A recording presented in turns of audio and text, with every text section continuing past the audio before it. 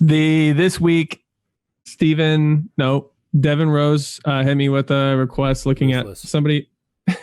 They're just interchangeable in your mind or what? Yeah. No, they're just both roommates. Devin asked if counter rotation.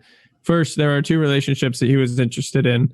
First, pelvis counter rotation and how it affects open pelvis, because there was a question of if we're trying to get athletes to be more open with their pelvis and foot plant, is that going to take away from their counter rotation? Because it's possible that counter rotation is like helps the pelvis rotate better later on in the throw. Like getting more loaded allows a better unloading of the pelvis. So those two things he was interested in. So I just basically tackled those by comparing pelvis like rotation min or something. Yeah. So I created the minimum pelvis rotation for that counter rotation metric, and then used that to find relationships between pelvis rotation, which I just described with peak pelvis angular velocity. Was that not in there? I didn't see it. I thought torso min and pelvis. Maybe it was only torso min that was in there. Min. Oh, it was labeled as torso or pelvis min velo, I think. But maybe it's not velo. Yeah. Maybe it was just like mislabeled. When we did the audit, I think it was torso min. Let me see if I can put up. I have it up right now. Keep going. Anyway, so we ran the database to have a pelvis min in there to get the maximum negative rotation. So the maximum amount that they rotated their pelvis towards basically the outfield, center field, before going to home plate. And so I compared that metric between two buckets. Well, first I did correlation plots. So I did pelvis rotation angle at foot plant versus pelvis counter rotation, and there was no significant correlation. And then I did the same thing with counter rotation and peak pelvis angular velocity. And found that more counter rotation did not necessarily lead to a higher peak pelvis rotational velocity. So they don't necessarily rotate faster if you get more counter rotated. But that was just like the first thing. And then I bucketed them.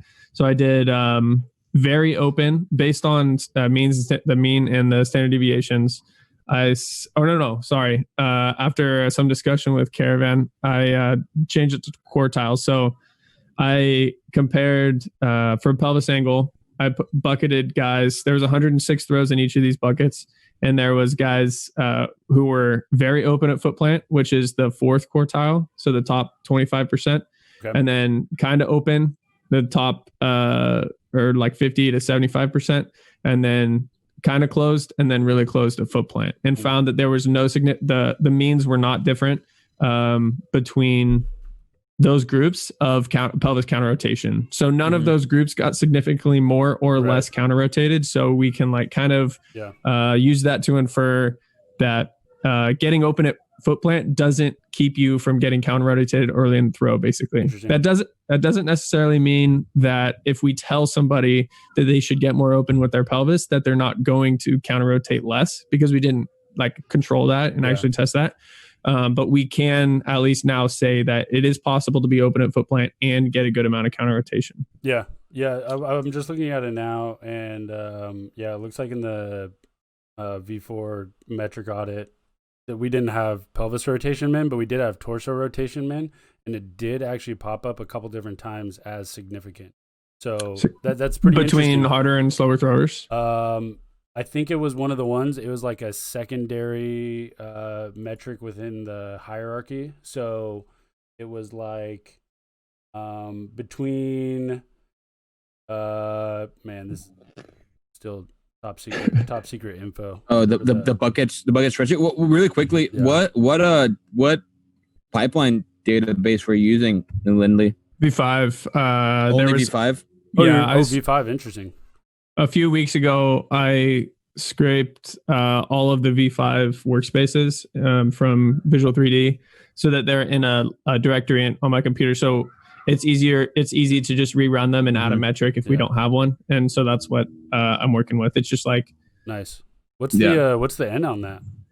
106 throws. It's by throws. There was 106 throws in each of the buckets. So I don't know what that math is. Like 35. 424. You could run these on V4 data sets too, because we have like a bunch of CSVs in the box from the V4 data. That's what did the okay. on.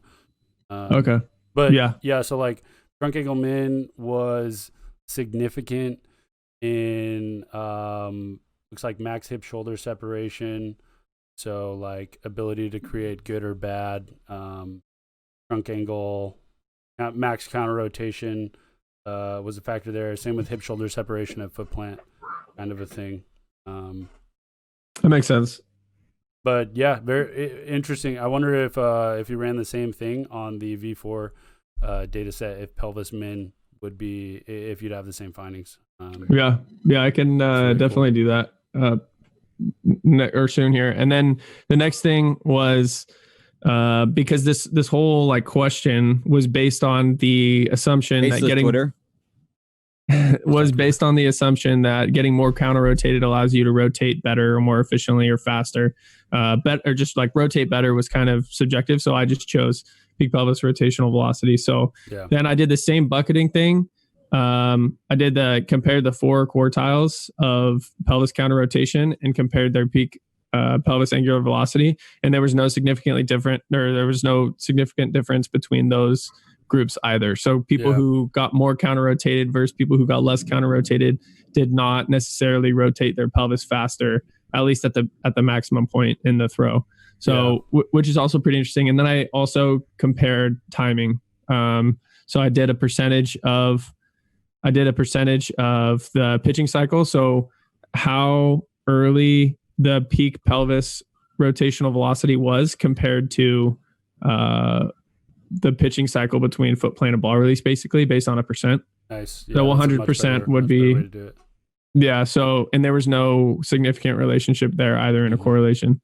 Yeah, so this is really similar to a lot of the V4 metric audit stuff. There might be some more interesting things there, but even then, if there were differences in that, I mean, peak pelvis angular velocity was one of the ones that didn't survive the metric audit. So even then, it's like if there was a large difference, I don't know. I'm just like more and more less worried about like peak pelvis angular velocity kind of a thing. I've been talking to Steven and Devin a lot about how just the sequencing metrics in general we can probably use better. Like obviously the rotational kinetic energy is a big one to use for sequencing events, or like peak decel or like the time, like the event when certain segments get to X percentage rotated or whatever.